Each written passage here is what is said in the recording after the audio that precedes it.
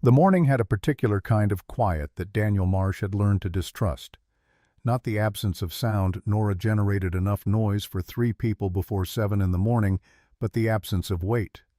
Those mornings when nothing pressed on his chest the moment he opened his eyes, when the apartment felt almost spacious instead of just small, when the grief that had taken up permanent residence in the left side of his ribcage seemed to shift just enough to let him breathe normally. Those mornings always preceded something. He stood at the kitchen counter in a gray t-shirt and dark jeans, listening to the particular rhythm of Nora getting herself halfway ready. The thud of one shoe hitting the floor. A 30-second silence.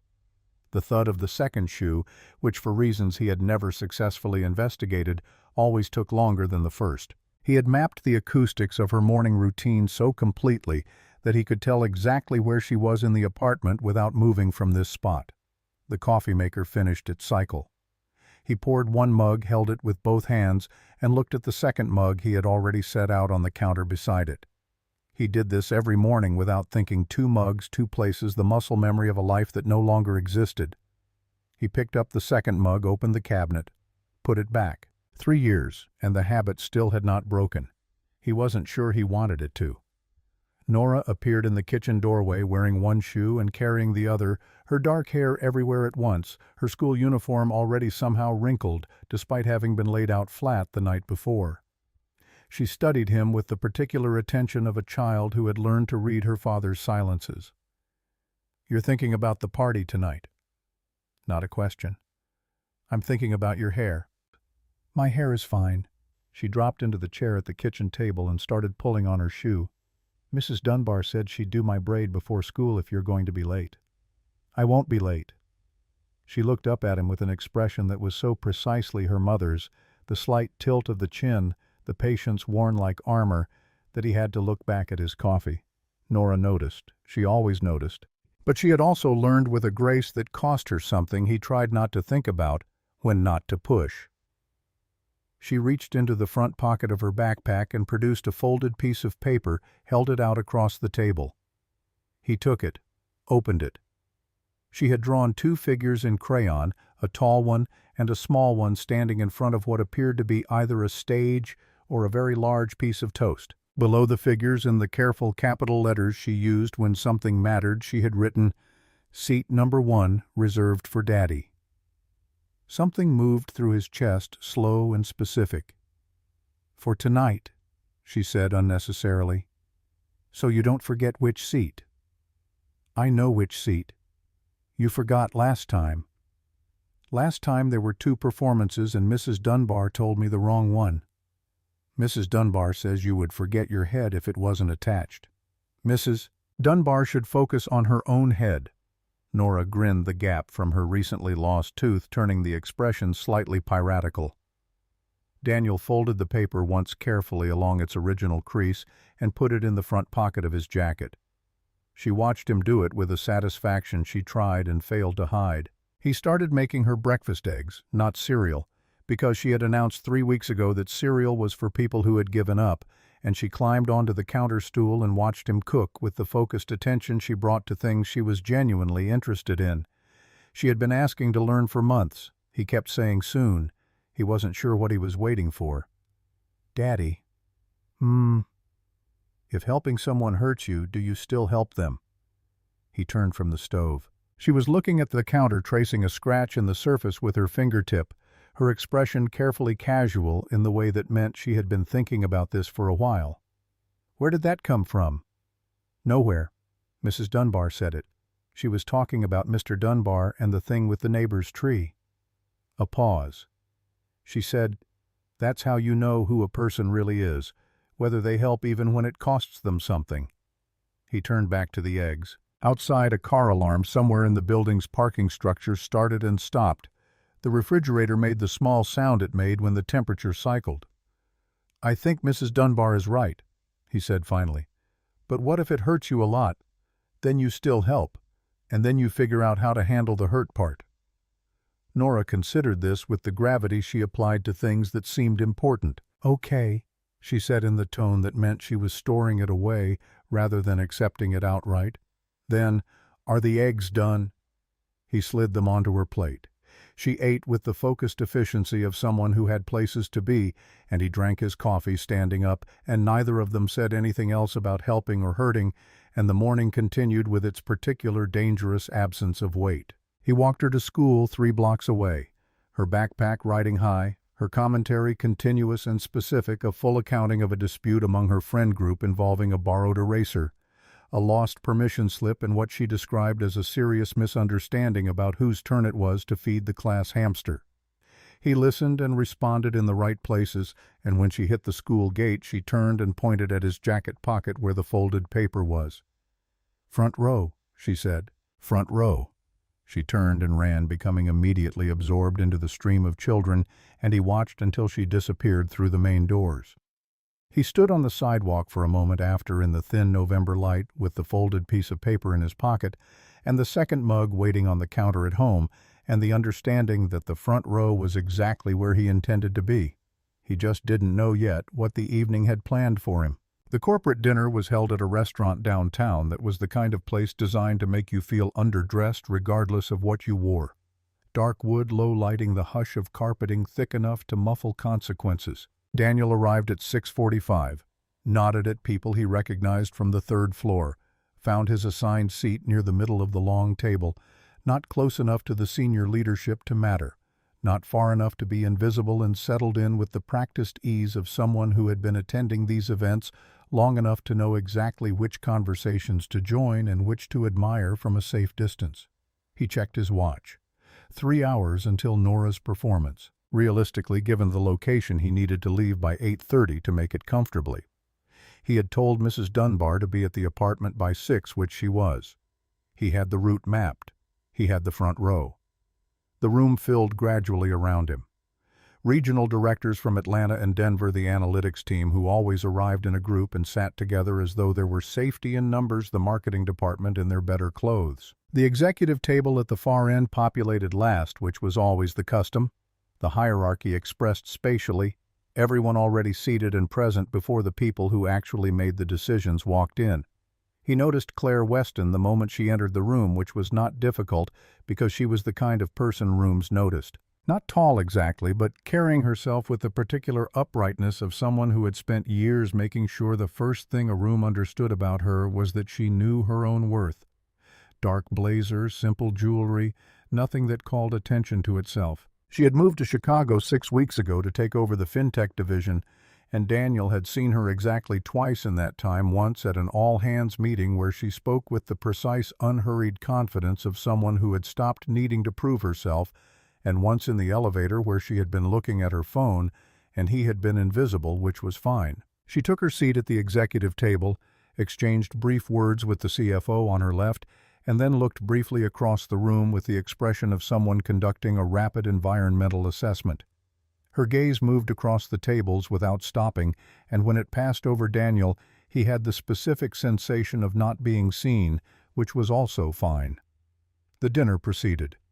Appetizers, wine service, the specific social choreography of corporate events. Daniel ate, contributed to conversations when called upon, laughed in the right places, and watched his watch with the patience of someone running a private countdown. It was during the main course that he began to notice. Claire Weston was on her 3rd glass of wine, which wasn't alarming in itself. People drank at these things, that was the point, but the pace was wrong. Not celebratory drinking, not social lubrication.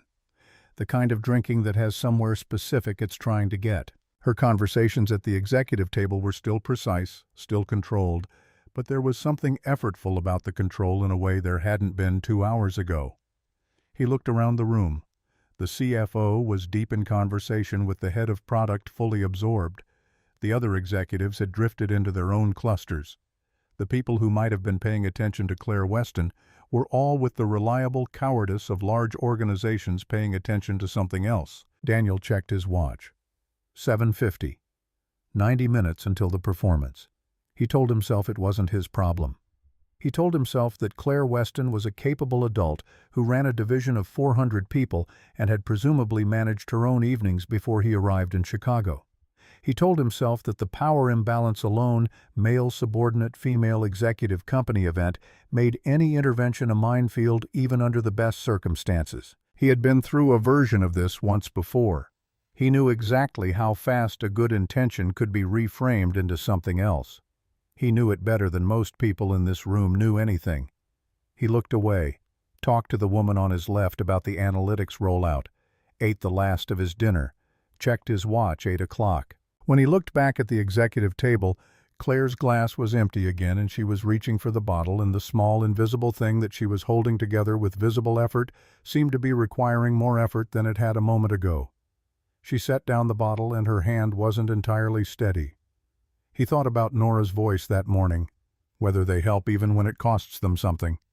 He had answered that question as though it were abstract. He had meant it that way. He pulled out his phone and called Mrs. Dunbar. She picked up on the second ring, her voice carrying the particular warmth and judgment she deployed in equal measure. He explained that something had come up at the dinner, that he might not make the beginning of the performance, that he needed her to take Nora to the school early and sit with her until he arrived. The pause before she responded was precisely calibrated. "She's been talking about that front row seat since Tuesday, Daniel." His throat did something complicated. "I know. I'm just saying. I know. I'll get there as soon as I can." Another pause. Then Mrs. Dunbar, who had known him long enough to understand that when he said something had come up, it was rarely nothing. "All right, I'll take her." He hung up and sat for a moment with the phone in his hand and the weight of what he'd just done settling in alongside the knowledge that it was the right thing and the awareness that those two facts coexisted without canceling each other out. He wasn't the only person who could help. He was the only person who was going to. He stood up, straightened his jacket, and walked toward the bar. He kept his distance, positioned himself at a slight angle, close enough to be immediately available, far enough to not appear as if he was approaching.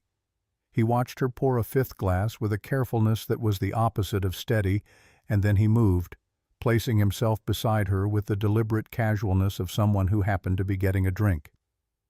"Ms. Weston." Quiet, neutral, not a summons. She looked up, her eyes focused on him with a slight delay that told him more than the wine glass had. She was further along than he'd estimated from across the room. "You're from—" She paused, searching. "Operations." "Daniel Marsh. Facilities operations, 3rd floor." "Right." She looked at her glass. "Right. Is there someone I can call for you? A friend? A car service?" The flash of something across her face, not anger exactly, more the reflex of someone who had spent years making sure no one saw this particular thing. "I'm fine." "Of course." He didn't move away. "If you needed a number for a car, I could find one." "I said I'm fine." Then a moment later, quieter. "I just moved here. I don't." She stopped, set down the glass. "I can't remember my address." I can't remember my exact address." A short, bitter sound that wasn't quite a laugh. 6 weeks in and I still don't have it memorized. Incredible." Her phone, he noticed, was dark on the bar beside her. He reached over and touched the screen out of pure instinct. Dead. He looked around the room once more. The CFO was still absorbed in conversation. The executives were still carefully looking elsewhere. The bartender was polishing glasses with the focused neutrality of someone being paid not to have opinions. He thought very clearly and without embellishment about what could happen to a woman in this condition if the wrong car arrived, about wrong streets and wrong decisions made by other people. He thought about this with the specific, unromantic clarity of someone who had spent years in facilities management and had therefore seen what buildings and cities did to people who were briefly unable to protect themselves. Then he stopped thinking about it because he had already made the decision. "My apartment is 10 minutes from here," he said. "You can sleep it off. I'll stay in my daughter's room. You'll be safe." She looked at him. Behind the fog, something assessing, something that was still, despite everything, conducting its own security evaluation. "I don't know you." "Daniel Marsh, 3rd floor. There'll be a note with everything on the table when you wake up. My name, my employee number, the address. My daughter will be home, she's 8. Mrs. Dunbar will be with her." He paused. "You don't have to trust me. You just have to not have another option. Do you have another option?" A long moment. The restaurant hummed around them, indifferent. "No," she said. The word cost her something. He could see that. "Okay." He picked up her clutch from the bar. "Can you walk?" "I can walk." She straightened, and for a moment the old authority came back, the posture, the set of the jaw, and then it didn't, and she was just a woman at a bar who needed help getting home and had no one else to ask. He guided her toward the exit with one hand just above her elbow, not touching, a directional presence rather than physical support. He did not look around to see who was watching. He did not check to see if anyone from the executive table had noticed them leaving. He had learned from experience that checking created the appearance of guilt, and he had also learned that experience of a certain kind left marks that changed how you moved through the world. They were almost to the door when he registered peripherally the brief flash of a phone camera from somewhere to his left.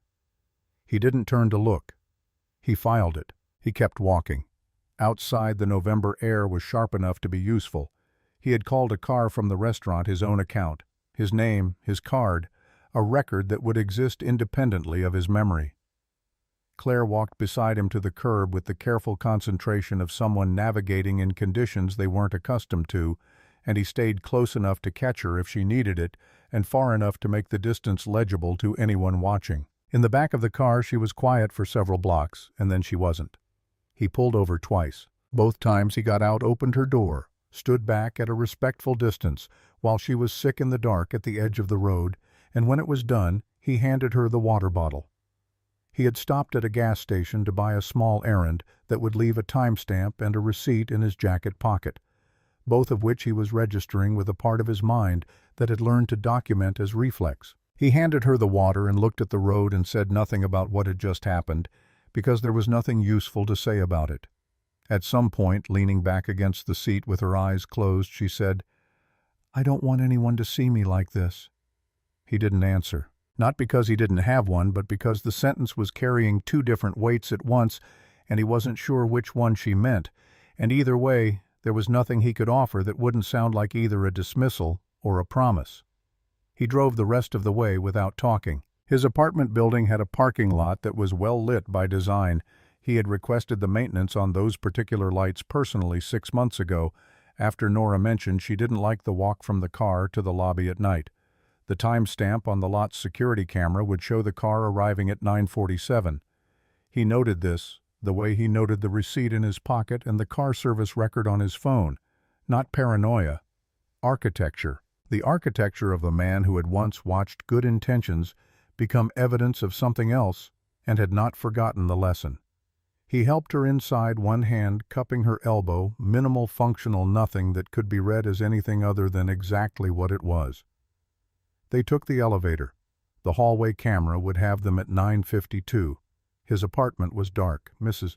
Dunbar had taken Nora to the school already, which meant his daughter was sitting in a folding chair backstage in her costume, scanning the wings for a father who wasn't there yet, holding the knowledge that the front row seat was waiting. He set that thought carefully to one side. He would have to carry it later, but not yet. He guided Claire to the couch, helped her sit, and stepped back immediately. Found a spare blanket in the hall closet, filled a glass with water, set 2 aspirin on the coffee table, located a clean pair of sweatpants and an oversized flannel shirt from his own drawer. Her dress was silk and had not survived the evening, and left them folded on the end of the couch without comment. Then he sat down at the kitchen table and wrote the note. He wrote it by hand on a piece of paper torn from the notepad Nora used for her drawings in printing, clear enough that it could be read without effort by someone who had just woken up in a strange place. He wrote his full name, his employee number, the floor he worked on. He wrote the address of the apartment. He wrote the time. He wrote, "You are here because you could not get home safely. I slept in my daughter's room. She is 8 years old. Mrs. Dunbar is with her. Nothing happened. There is water and aspirin on the table. Your phone is charging on the table beside this note." He read it back twice. Thought about what he would need to know if he were the one waking up. Added his personal cell number at the bottom. He plugged in her phone, set it on the table beside the note screen up visible from the couch. Then he picked up his own phone and looked at the time. 9:58. The performance started at 9. By now, Nora had already walked out onto that stage, had already scanned the audience for the front row, had already found the empty seat. He knew this the way he knew the acoustics of her morning routine, not with hope, but with the flat, certain knowledge of someone who had been paying attention. He set his phone face down on the kitchen table, walked to Nora's room, moved her stuffed animals carefully to the side, and lay down on the floor with the extra blanket from the closet. The ceiling was covered in glow-in-the-dark star stickers that Nora had applied in what she described as a scientifically accurate configuration and which bore no relation to any known constellation. He looked at them for a while. He had done everything right. He knew this with the same flat certainty he knew everything else. The note, the distance, the timestamps, the receipt in his pocket. He had built a record around tonight the way you built a retaining wall. Not because you expected the flood, but because you had seen what happened to foundations when water came and there was nothing to hold it back. And still Nora was somewhere in a school auditorium in her costume scanning the wings, and the front row seat was empty. His phone buzzed on the kitchen table. He heard it from the floor of his daughter's room. He didn't get up. A few minutes later it buzzed again. He still didn't move. Then he heard the door, the particular click of Mrs. Dunbar's key in the lock, her careful entry the way she always paused just inside to give the apartment a moment to register her presence. Footsteps. Then smaller footsteps, lighter and faster, and then the sound of Nora stopping somewhere in the living room because she had seen the figure on the couch. He got up, came out into the hallway. Nora stood in the middle of the living room in her performance costume, white dress, silver sash, the small rhinestone clip in her hair that she had borrowed from Mrs. Dunbar's jewelry box. Her eyes moved from the sleeping woman on the couch to her father in the hallway with the careful, comprehensive gaze of a child cataloging new information. "Who is that?" Not accusatory, genuinely uncertain.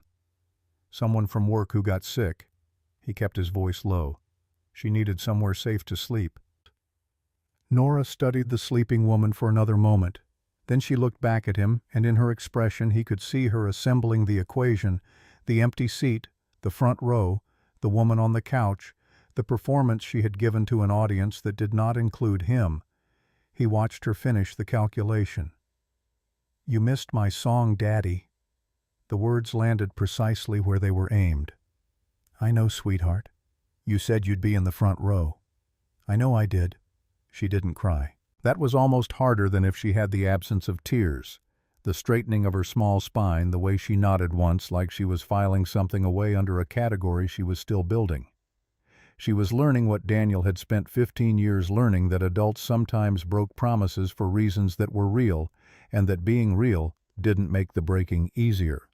Mrs. Dunbar appeared behind her and touched her shoulder gently. "Let's get you out of that dress, sweetheart." Nora went with her, and at the door of her room she paused and looked back at her father one more time, and then she was gone. Daniel stood in the hallway for a moment.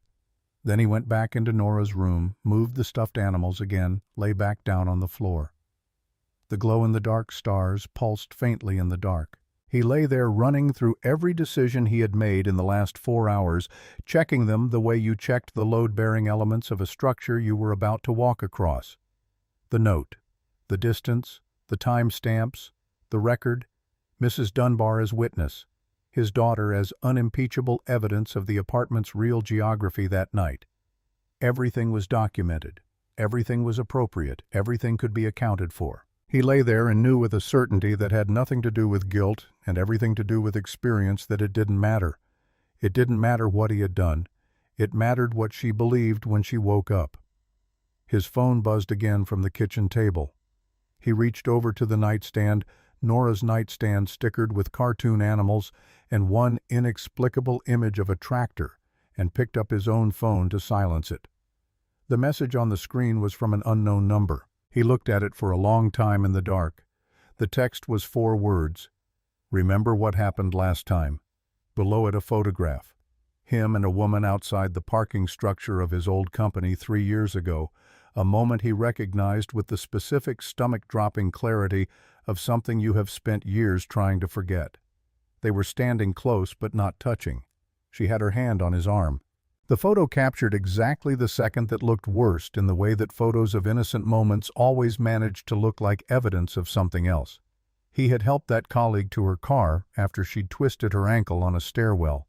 That was the whole story. That was the entirety of it. The investigation that followed had lasted 6 weeks, had cost him his job, had been resolved in his favor with a quiet settlement and an NDA that he had signed because he needed the money and couldn't afford the alternative. The company had called it a misunderstanding. He had called it the moment he understood that being right and being safe were two different categories with very little overlap.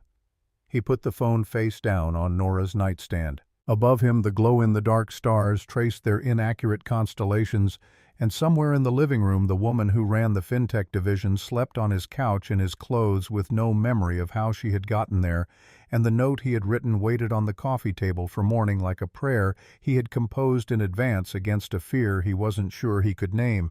He did not sleep for a long time. When he finally did, it was shallow and not restful.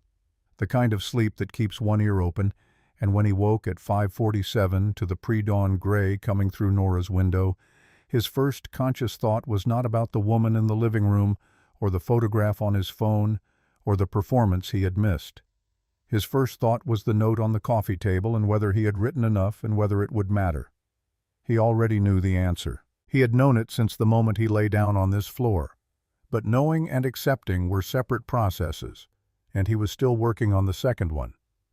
The apartment was quiet. The stars on the ceiling had stopped glowing. Somewhere outside, the city was beginning its first cautious transactions with the morning, and in 6 hours he would be walking into a situation he had tried with every careful documented witnessed act of the night before to prevent. He had done everything right. That had never been the point. The note was still on the coffee table when Claire Weston woke up. She didn't read it immediately. The first 30 seconds were pure animal response, the wrong ceiling, the wrong light, the wrong particular silence of an apartment that was not hers. She sat upright with her heart already running ahead of her comprehension, taking inventory unfamiliar couch, unfamiliar blanket clothes that belonged to someone larger than her, a glass of water and 2 aspirin arranged with a deliberateness that felt in the first unfiltered moment of waking like staging, like evidence of a plan rather than evidence of care. Her phone was on the table, charged. Screen showing 6:14 in the morning and 3 missed calls from Bridget. She picked it up and dialed before she had finished reading the note. Bridget Holt answered on the second ring with the specific alertness of someone who had been half waiting. When Claire told her where she was, the words coming out in fragments, the pieces assembling badly. Bridget's voice did the thing it always did under pressure. It went quiet and flat and precise the way a scalpel was precise, which was to say without warmth and without hesitation. Don't say anything to him. Each word its own sentence. Don't apologize, don't explain. Just tell me what the note says. Claire read it. The name, the employee number, the floor, the sentence about the daughter's room, about Mrs. Dunbar, about nothing happening. She read it aloud and heard her own voice doing something uncertain with the words. Bridget was quiet for a moment. Then, men who write notes like that have thought about needing the note. That's not Bridget, there's a child's artwork on the wall. There's a backpack by the door with a unicorn on it. I know. Listen to me. I lived through something like this, Tori.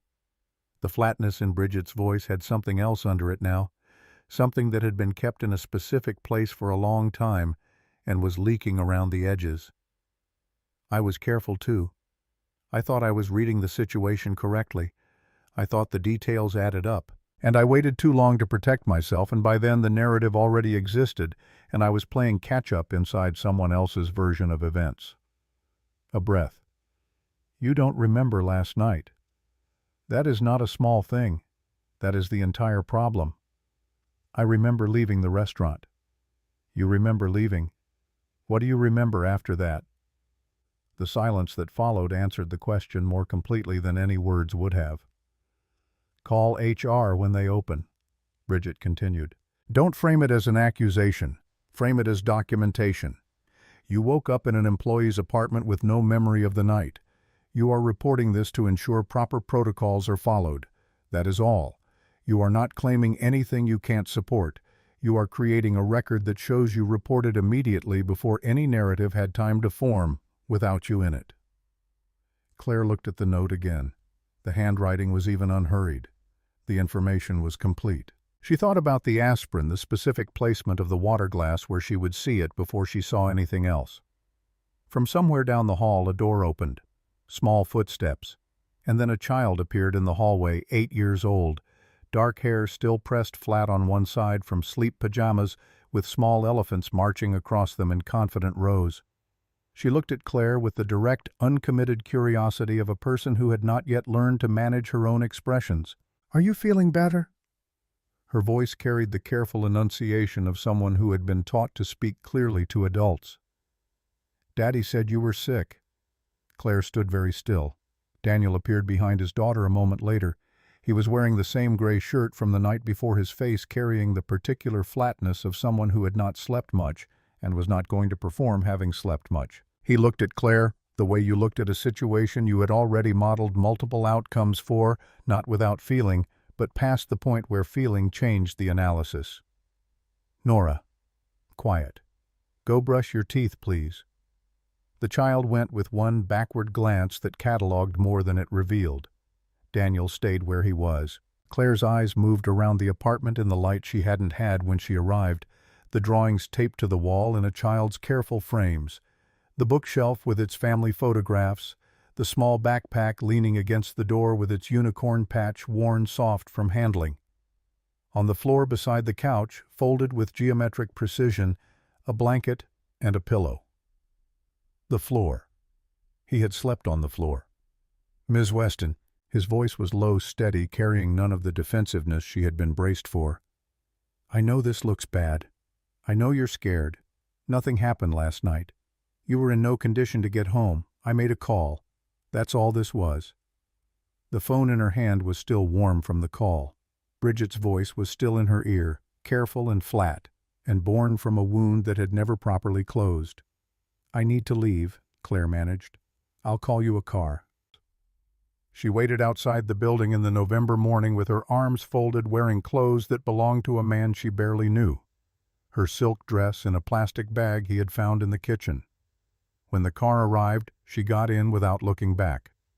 Then she looked back. In the window above the lobby, Nora stood watching her go with an expression Claire couldn't read from this distance and didn't try to. She told herself she was being careful. She told herself caution was not accusation. She told herself the two things were distinct and that the distinction was important. By the time the car reached her building, she was no longer entirely sure she believed herself.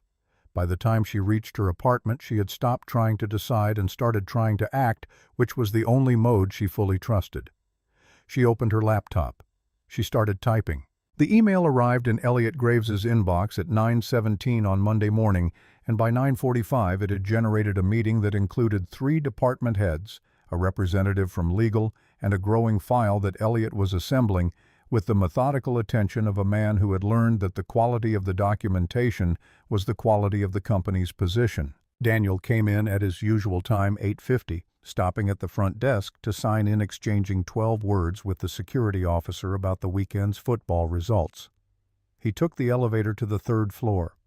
He nodded at Theo, who was already at his desk, and who met Daniel's eye with a particular expression, not quite worry, not quite warning, somewhere between them, that Daniel filed without interpreting. He had been at his desk for 20 minutes when Elliot Graves appeared. Elliot was in his late 40s, precise in the way of people who had spent long careers in HR and had learned that precision was the only available armor. He set a printed document on Daniel's desk with the careful placement of someone who understood that every physical action in these moments was potentially significant. "I need you to read this carefully." Elliot's voice carried professional neutrality, the way certain buildings carried load-bearing walls structurally and visibly everywhere at once. Daniel read it, then read it again. The language was measured and institutional, each phrase selected to convey maximum implication with minimum legal exposure. Administrative leave pending investigation. Standard procedure. Not a determination of guilt. He set the document down on his desk and looked at it for a moment. "I need to make arrangements for my daughter. You have 30 minutes to collect your personal belongings. Security will escort you out." He nodded once.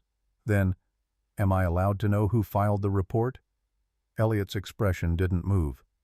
Given the nature of the allegation, the complainant's identity is protected under company policy. He hadn't needed to ask. There was only one answer to that question, and he had known it since he woke up on Nora's floor in the pre-dawn gray and understood that good intentions were not self-defending. He had asked anyway because he wanted it on record that he had asked and that the answer had been given and that this was the shape of the process from the very beginning. He stood up and opened his desk drawer. The packing took 24 minutes.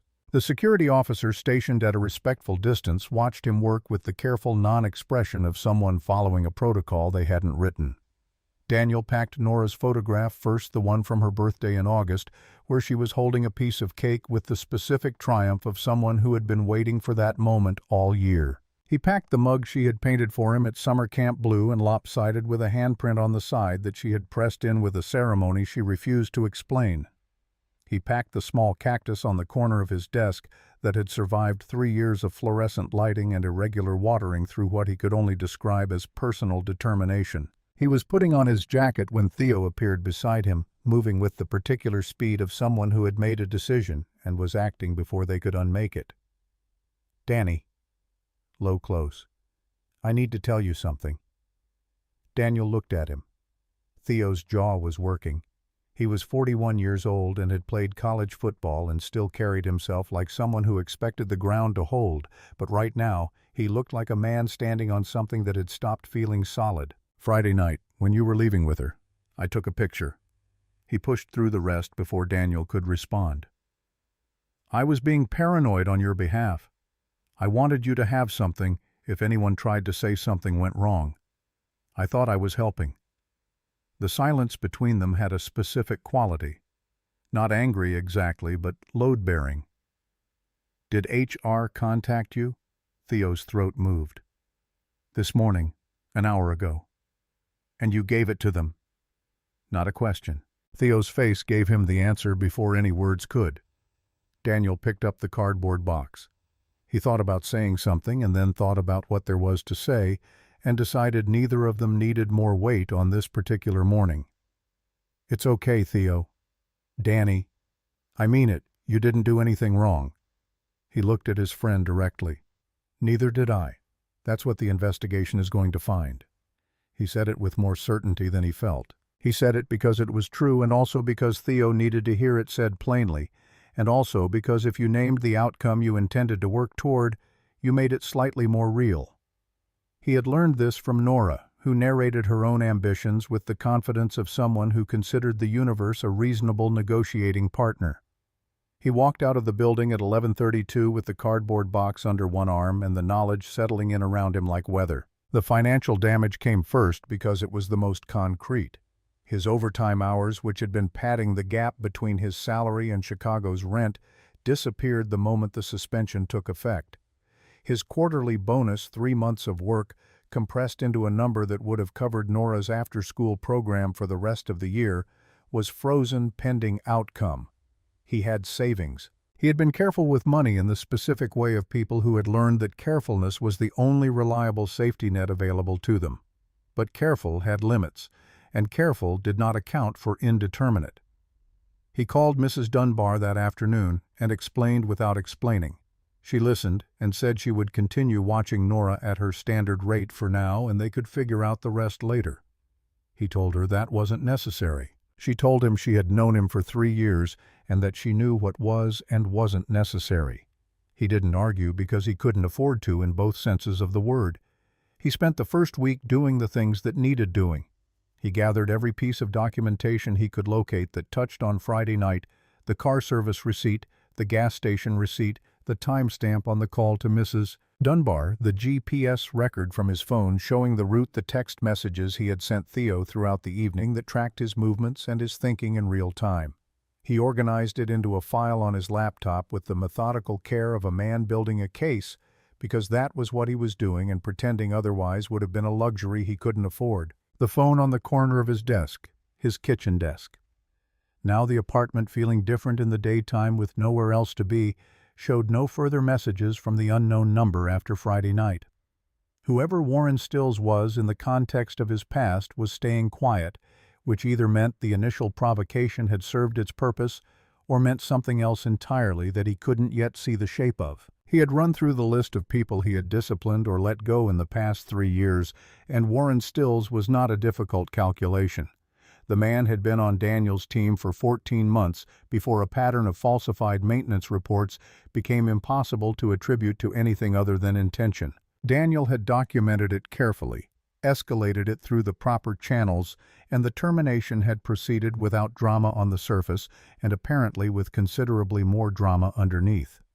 He understood Warren, not excused him, understood him. Resentment was a simple machine.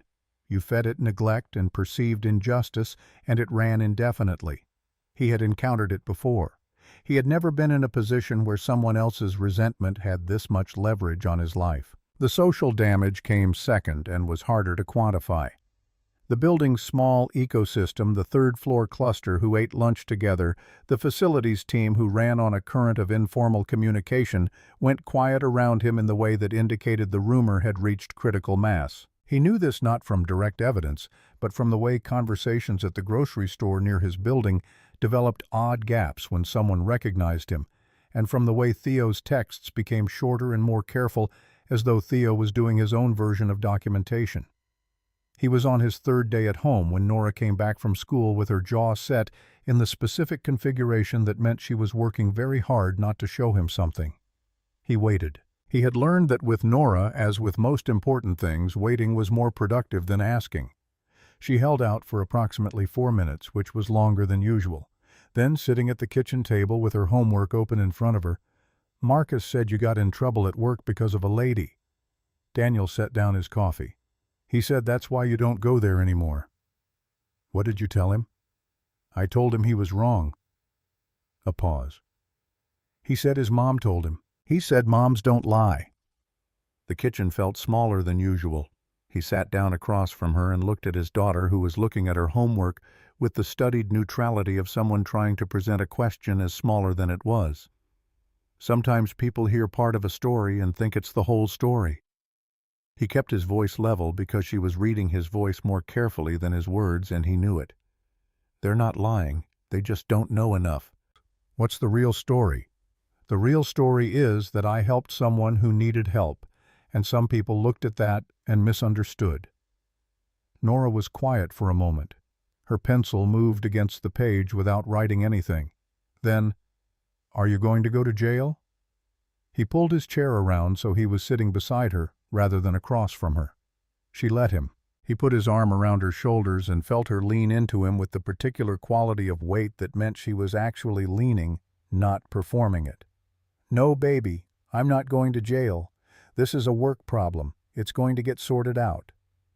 She didn't say anything for a long time. He held her and looked at the homework spread on the table and waited. "The lady on the couch," Nora said finally. "Is she the one who made the problem?" He thought about how to answer that in a way that was honest without being a weight he was putting down on his 8-year-old. "She's part of it. She was scared, and when people are scared they sometimes make choices that aren't fair." Did she know she was being unfair? "I don't know." Nora absorbed this. Then, with the pragmatic accuracy that was her particular gift, she should find out. He almost said something. Didn't. Just held her a little tighter and let the kitchen be quiet around them for a while. Claire had not left her apartment in 72 hours. She told herself it was efficient, everything she needed was accessible remotely. The board meetings ran fine on video, the reports moved through email without requiring her physical presence anywhere. This was all true. It was also true that she had been in her apartment for 3 days, because leaving meant passing through a building where Elliot Graves was conducting an investigation she had started, and she was finding that considerably harder than the efficiency argument made it sound. She read every report Elliot sent. She read them with the thoroughness she brought to financial documents, tracking each piece of evidence as it arrived in the file, assembling the timeline with the specific dread of someone who already knows what the picture is going to look like and is watching it develop anyway. The restaurant security footage showed Daniel approaching Claire at the bar. He maintained consistent distance throughout their conversation. When he walked her to the exit, his hand was positioned above her elbow without contact. Directional, not possessive, the body language of someone navigating a situation they wanted to be able to account for. The parking lot camera caught them getting into the car service vehicle. His face was visible. He did not look around to check if anyone was watching, she had read enough of these situations to know the opposite of what a person covering something up looked like. His apartment building's security footage showed them arriving at 9:47. The hallway camera showed him guiding her to his apartment door with the same minimal contact, letting her enter first following. The timestamp showed the apartment lights going off at 10:04. They did not come back on until 5:49 in the morning. The GPS data from his phone traced a route that matched every detail of the note he had left. The car service receipt documented the pickup time, the route, the arrival. The gas station receipt, a small thing, almost nothing, was time-stamped 9:22, and the items purchased were a water bottle and a package of antacids. She had needed both. She sat with the gas station receipt in the file for a long time. He had pulled over twice. She remembered that much from Friday night, more sensation than narrative. He had bought water. He had waited. And then he had written it down, not in a log, not in a formal record, just in the receipt he kept in his pocket, and the timestamps that existed, because he had paid for things, rather than handling them in ways that left no trail. The careful, complete architecture of a man who had done this before. Not this specific situation, but the experience of having good intentions examined for evidence of bad ones. Her phone buzzed. "Bridget," she answered. "I saw the latest summary from Graves." Bridget's voice had the quality of someone who had moved past the emotional register of the situation into the operational one. "The evidence is looking favorable for you. No proof of wrongdoing on his part means no proof of anything against you. The company will probably settle quietly, reinstate him with back pay. Everyone signs ND as this goes away." Claire was looking at the gas station receipt on her screen. "He has a daughter." Her voice came out differently than she expected, quieter. "I know. She was there that night. She was asleep in the next room." A pause. "She asked me if I was feeling better. She said her daddy told her I was sick." Bridget was quiet for a moment. "Tori, she's 8 years old and she's being told her father did something wrong, at school, by other children. I understand that's hard to sit with, but you made the right call given what you knew at the time. You didn't know the evidence would be this clear. You were protecting yourself from a situation you couldn't evaluate." "I could evaluate it." The words arrived with a clarity that surprised her. "I looked at that apartment. I read the note. I saw where he slept. I evaluated it, and I made a choice that had nothing to do with the evidence in front of me, and everything to do with what you told me to be afraid of." The silence on the other end of the line was not comfortable. "You told me you lived through something like this." Claire kept her voice even. "And I'm sorry for whatever happened to you. I mean that. But you needed me to be in danger more than you needed to know if I actually was. That's not fair." "No." She closed the laptop. "It's not. A lot of things aren't." She hung up and sat in her apartment in the particular quiet of someone who has just made a decision that is going to cost them something and has not yet fully assessed what. She opened her laptop again and navigated to a blank email. The recipient field waited. She thought about Nora standing in the window as the car drove away. She thought about the way the child had watched her go, not angry, not accusatory, just watching with those careful eyes and that small face, cataloging something she was too young to fully name. She thought about what it meant that an 8-year-old had looked at her with more clarity than she had managed herself. She started typing. Not to HR this time, not to legal. She typed a meeting request with 3 recipients: Elliot Graves, Patricia Wellman from legal, and herself. She was going to fix this. Not because it was strategic, not because Bridget had outlined a smarter play, because she had read the gas station receipt and understood what it meant that on the worst night of her recent memory, a man she didn't know had pulled over twice and bought her water and kept the receipt not to document his heroism, but to document his accountability. And she had repaid that with the full institutional weight of everything she could deploy against him. The meeting was set for 9 the next morning. She closed the laptop and looked at her apartment, the clean lines of it, the deliberate absence of clutter, the space that looked the way it did because she had learned to need very little so that very little could be taken. She had built a life that was hard to damage from the outside by keeping it empty enough that there wasn't much to damage. Daniel Marsh had a cactus on his desk that had survived 3 years. He had a mug his daughter had painted. He had a folded piece of paper in his jacket pocket with a crayon drawing on it, and she knew this not from the investigation file, but from the fraction of a second when she had watched him reach into his pocket in the hallway and touch something there, the unconscious contact of a man confirming that the important things were still where he had put them. She had been trying to protect herself from someone who had nothing in common with the person she'd been afraid of. She had known this since Saturday morning, standing in his living room with the note in her hand, and the light coming through his kitchen window, and the evidence of his actual life surrounding her on every surface. She had known it and chosen Bridget's fear over her own eyes, and the choosing had set something in motion that she was only now beginning to understand the full weight of. Outside her window, Chicago was doing what Chicago did in November, pressing forward with its gray, specific persistence, unmoved by individual reckonings. She watched the city for a while. Then she got up, put on her coat for the first time in 3 days, and went to find coffee that she had not made herself, because some things required leaving the apartment, and she had been in here long enough. The unknown number sent one more message to Daniel's phone on day 9 of his suspension. Not a photograph this time, just a sentence. 6 words arriving at 2 in the afternoon when he was sitting at his kitchen table with the evidence file open in front of him and Nora at school and the apartment very quiet around him. How does it feel being helpless? He read it twice. Then he set the phone face down, opened the section of the file he had been building on Warren's stills, and added the message with its timestamp to the record. He did not respond. He did not call the unknown number. He did not try to locate Warren or confront him or do any of the things that would have felt satisfying for approximately 30 seconds and then become new problems in an already complicated situation. He added it to the file. He closed the file.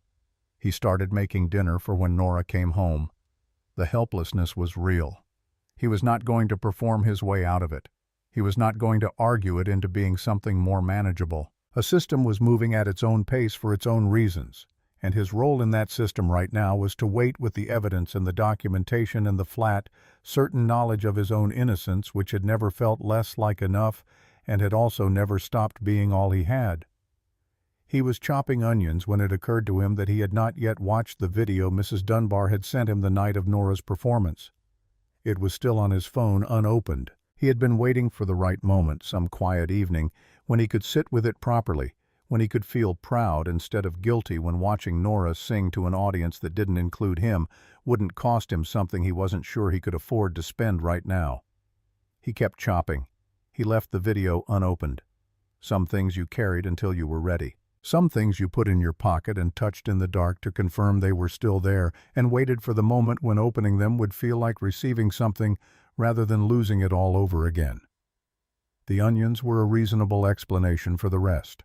The meeting request arrived in Elliot Graves' calendar at 7:43 in the morning, which meant Claire Weston had sent it before she left her apartment, which meant she had been awake and decided before most of the building had filled. Elliot read it twice, forwarded it to Patricia Wellman with a 2-word message, "She's moving," and spent the next 40 minutes preparing for a conversation that had no established protocol because CEOs did not typically insert themselves into investigations they had initiated. Patricia Wellman arrived at the conference room first. She was 53, had been the company's chief legal officer for 11 years, and had the particular quality of someone who had seen enough situations resolve badly to have developed a durable skepticism about situations resolving well. She reviewed the investigation summary on her tablet and said nothing when Elliot came in, and said nothing when Claire arrived 2 minutes after that. Claire sat down without preliminary. She opened the folder she had brought and placed a document on the table. Her signature was at the bottom. She had signed it before coming, which told Elliot something about the quality of her certainty. "I'm withdrawing my initial report." Her voice carried the specific steadiness of someone who had rehearsed not for confidence but for clarity. "I've reviewed all available evidence. Based on what I've seen, I don't believe any misconduct occurred." Patricia picked up the document. Read it with the thoroughness she applied to everything, her expression moving through no visible register. Elliot looked at Claire directly. Ms. Weston, once a report is filed, the company has an obligation to investigate regardless of the complainant's position. Withdrawing doesn't terminate the process. I understand that. I'm not asking you to stop the investigation. I'm asking you to include my corrected statement in the record and to lift Mr. Marsh's suspension immediately pending whatever final review you need to complete. Patricia set down the document. If we reinstate him now and something surfaces later, the liability exposure becomes significantly more complex. Claire looked at Patricia with an expression that was not unkind and not soft. The liability exposure from keeping an innocent man suspended while his daughter is being told her father did something wrong at school by other children is also significant. It just doesn't appear in the columns you're measuring. The conference room held its particular institutional quiet. I filed that report because I was afraid. She said it without apparent difficulty, the way you said things you had spent enough time with, that they had stopped being shameful and become simply true. I woke up in a situation I didn't understand, and I did what I was trained to do: protect myself first, control the narrative. I was wrong. The evidence is unambiguous. Daniel Marsh did nothing except help someone who needed help, and because of my fear he has spent weeks watching his life come apart. A pause, measured and intentional. I am prepared to accept whatever internal review the company determines is appropriate for my handling of this, but I will not let my mistake finish what it started when I have the standing to stop it. Patricia and Elliot exchanged the look of people who had been in the same institution long enough to communicate without speaking. It was not an agreeable look. It was the look of people recalculating. We'll need to bring this to the full HR committee. Elliot gathered the document carefully. Discuss it quickly. Claire closed her folder. Every day that passes costs him something you can't reimburse. She left without waiting for the meeting to formally conclude. Elliot sat for a moment after the door closed, looking at the document in his hands. Patricia said nothing. Outside the conference room windows, the city went about its morning with its customary indifference to individual reckonings. In the days that followed, Warren Stills became a footnote rather than a chapter, but a footnote that required closing. The company's security team had been working the unknown number since Daniel reported it in week 2, and by the time Claire's corrected statement entered the record, they had already confirmed the source. Warren's resentment had been a simple machine running on a simple fuel, and when Daniel was reinstated and the investigation closed with no findings, the leverage Warren had been holding evaporated. There was nothing left to ignite. The security team documented it, passed it to legal, and legal sent a letter. Warren Stills disappeared back into whatever life he had built after being let go, smaller now than the shadow he had briefly cast. Daniel received the email on a Thursday afternoon, sitting at his kitchen desk with Nora at school and the apartment quiet around him. He read the reinstatement letter twice. Full back pay, no adverse notation. Return to his position, effective immediately. He set his laptop aside and looked at the wall for a while, at Nora's drawings, at the specific geography of a child's imagination rendered in crayon and tape. The cactus on the windowsill caught the thin afternoon light with its customary indifference to circumstance. He was not sure what he felt with enough precision to name it. Not relief exactly, not the clean satisfaction of vindication which implied that the correctness of an outcome retroactively justified the cost of reaching it. Something more complex and less comfortable than either the specific sensation of putting down something heavy that your body had reorganized around, where the absence of the weight was its own kind of adjustment. He called Mrs. Dunbar. She said good with the emphasis of someone releasing a held opinion. He thanked her. She told him to stop talking and go buy something decent for Nora's dinner. He said he would. He sat for another 10 minutes before he moved. He had been right. He had documented everything. He had waited. The outcome was what he had said it would be. And none of that returned the weeks to him or restored the specific damage done to Nora's sense of her father's reliability in the world, or gave him back the night he had lain on her floor in the dark, knowing that innocence and safety were different categories with a gap between them that could swallow a person whole. He had survived the gap. That was the actual achievement, smaller and more durable than vindication, harder to celebrate, impossible to dismiss. He put on his jacket and went to buy Nora something good for dinner. Walking back into the building on Friday morning required a specific interior preparation that Daniel accomplished by arriving early and entering without ceremony. He signed in at the front desk, took the elevator, walked to his desk. The cactus went back on the corner. Nora's photograph went back in its place. The painted mug went beside the computer. These reinstallations took 90 seconds and were observed by everyone within eyeline who was pretending not to observe them. Theo appeared within 4 minutes, moving with the speed of someone who had been watching the elevator. He sat at the edge of Daniel's desk and looked at him directly and said nothing for a moment. "I should have—" "Don't." Daniel pulled up his email. "You didn't do anything wrong. I told you that and I meant it. The photo was taken by someone trying to help me." He looked at Theo steadily. "The fact that it got used differently isn't on you. It's on the situation." Theo sat with this the way he sat with things he hadn't fully accepted but recognized he needed to. He nodded once, the motion of someone filing something under unresolved, but set aside, and stood up and went back to his desk. The morning began its mechanics. The building resumed its rhythms around Daniel as though he had never left, and also as though he had, and he let both things be true simultaneously because that was what they were. The whispers had not stopped. He understood this from the way certain conversations developed gaps when he entered rooms, from the careful politeness that was performing normalcy rather than experiencing it. A few colleagues said things directly brief, genuine, the words of people who had revised something and wanted him to know. He received those with the same equanimity he applied to the silences. The paper said one thing. The institution was working out how to catch up to the paper. That would take the time it would take. The parent meeting was held on a Thursday evening in the school's small auditorium, the same room, the same stage, the same folding chairs. Daniel arrived early and sat in the third row and watched the space fill with the parents of Nora's classmates, most of whom arranged themselves with the unconscious social geometry of people who had positions to maintain. He told them everything, not a defense, not a strategic presentation, everything.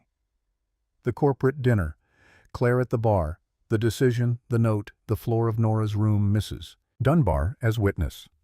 Theo's photograph, the investigation. The suspension, Nora coming home with what Marcus had said, the weeks of documentation, Warren stills, and the messages from the unknown number that the company's security team had traced and closed. The reinstatement letter, the specific, unambiguous conclusion of the investigation. He told them because Nora deserved to have the true version of this story exist in the room where the false one had been living. Not just in his personnel file here in this auditorium among these people whose children shared a classroom with his daughter. "I'm not asking you to forgive something that didn't happen," he said at the end. "I'm asking you not to punish my daughter for something her father didn't do." The room was quiet in a way that was different from how it had been when he started. Then the back door opened. She walked in without announcement. A simple dark coat, flat shoes, her hair down, none of the professional architecture she typically moved through the world in. She came to the front of the room and stood beside him, not touching, and the murmur that moved through the auditorium broke against her stillness and subsided. The past weeks had changed something in how she carried herself. Not diminished, recalibrated. The authority was still there, but it was no longer the first thing in the room. There was something underneath it now that hadn't been visible before, or that she hadn't let be visible. "My name is Claire Weston." Steady fully itself. "I'm the person Daniel Marsh helped that night, and I'm the person who filed the report that turned his life into what you've been hearing about." She waited while the room processed this. Then, "I filed that report because I was afraid. I woke up in a situation I couldn't account for, and I made the choice. I had been trained to make protect yourself first, don't let someone else write the first version of your story." Her eyes moved across the front rows, meeting faces directly. "I was wrong. Not because the instinct was irrational. Because I had evidence in front of me that I chose not to trust, and I converted an institutional process into a weapon against a man who had done nothing except exactly what I should have thanked him for." She paused. One decision made in fear by someone with institutional power can take a family apart. I almost took this one apart. Mr. Marsh's daughter deserves to come to this school without caring what I caused." She picked up the folder she had carried in and set it on the table at the front of the room. The full investigation file, the reinstatement letter visible on top. "This is what actually happened. I can't undo what I did. But the truth belongs in this room." She turned and walked out without waiting for questions, without anything further. The door closed behind her. The auditorium held its silence for a long moment. Daniel stood at the front and felt the quality of the quiet shifting, not to warmth, not immediately, but to something that had not been present when he walked in. The beginning of revision. The moment when the accurate version of a story entered a room and the inaccurate version had to move over and make space. It wasn't forgiveness. It wasn't resolution. It was acknowledgement arriving in the specific form of a room full of people who had been given a true thing and were now responsible for what they did with it. He ran into her in the elevator 11 days later. Neither of them had arranged it. The building had its habits, and one of its habits was placing people in the same car at inconvenient moments. The doors closed. She looked at the floor numbers. He looked at the floor numbers. Then, "Thank you," and he said it without requiring her to receive it as more than what it was. For the meeting. For the corrected statement. She kept her eyes on the display. "I should not have filed it in the first place." "You were scared." She turned to look at him.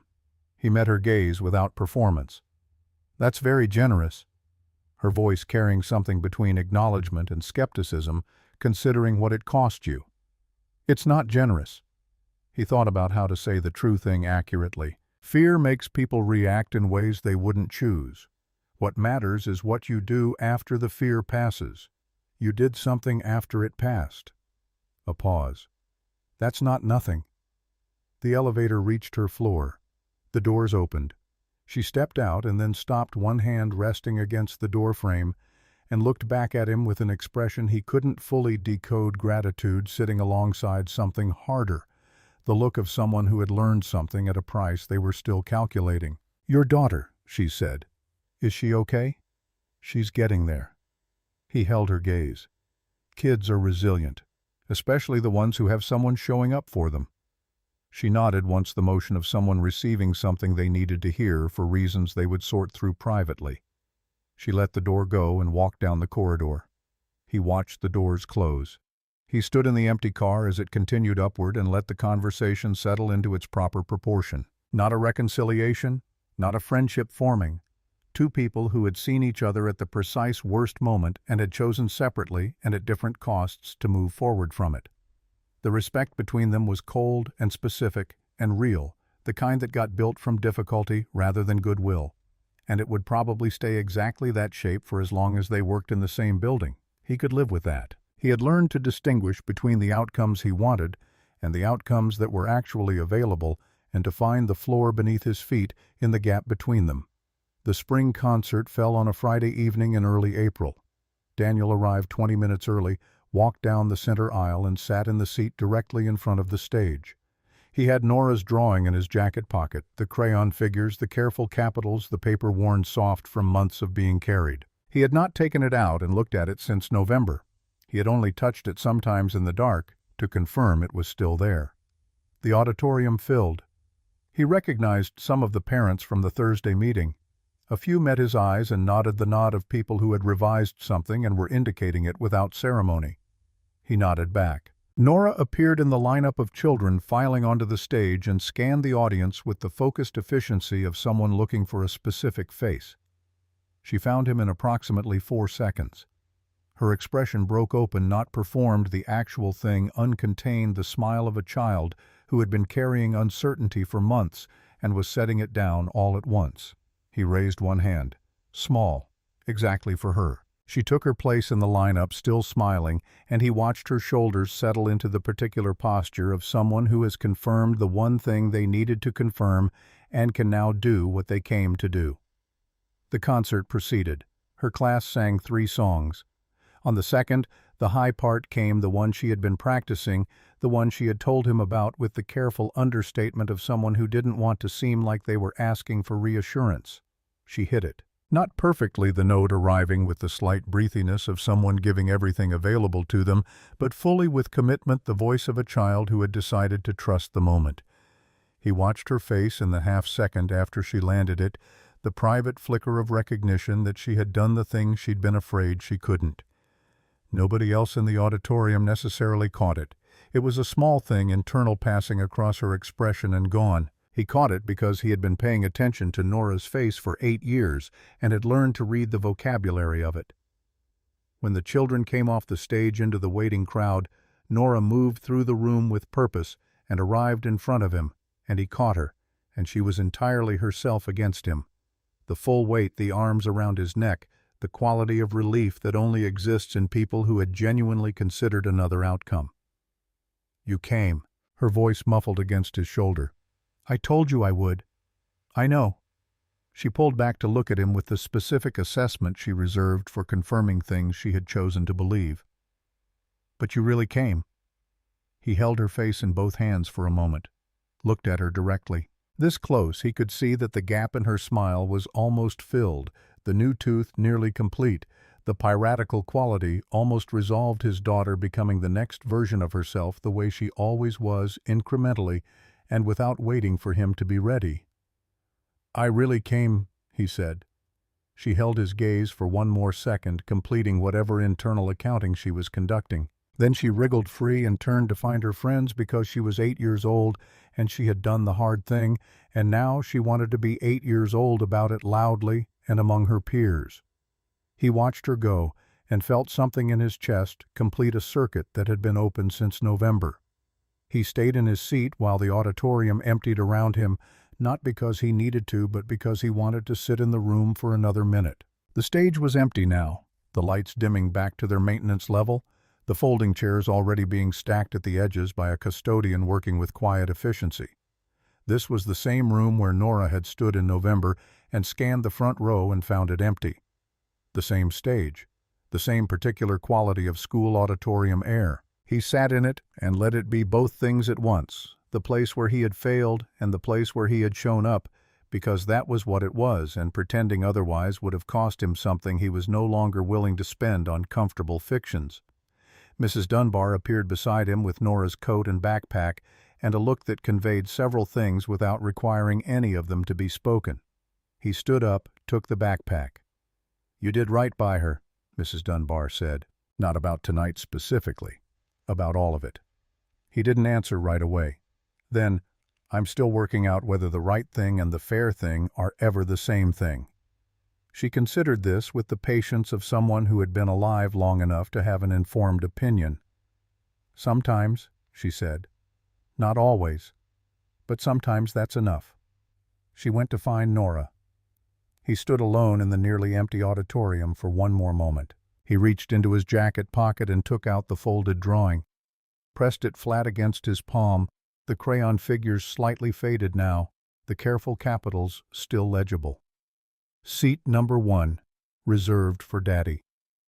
He had carried this through everything, the suspension and the cardboard box and the savings math and the nights on the kitchen table with the evidence file. It had been in his pocket every day, available to confirm that there was something on the other side of the difficulty worth walking toward.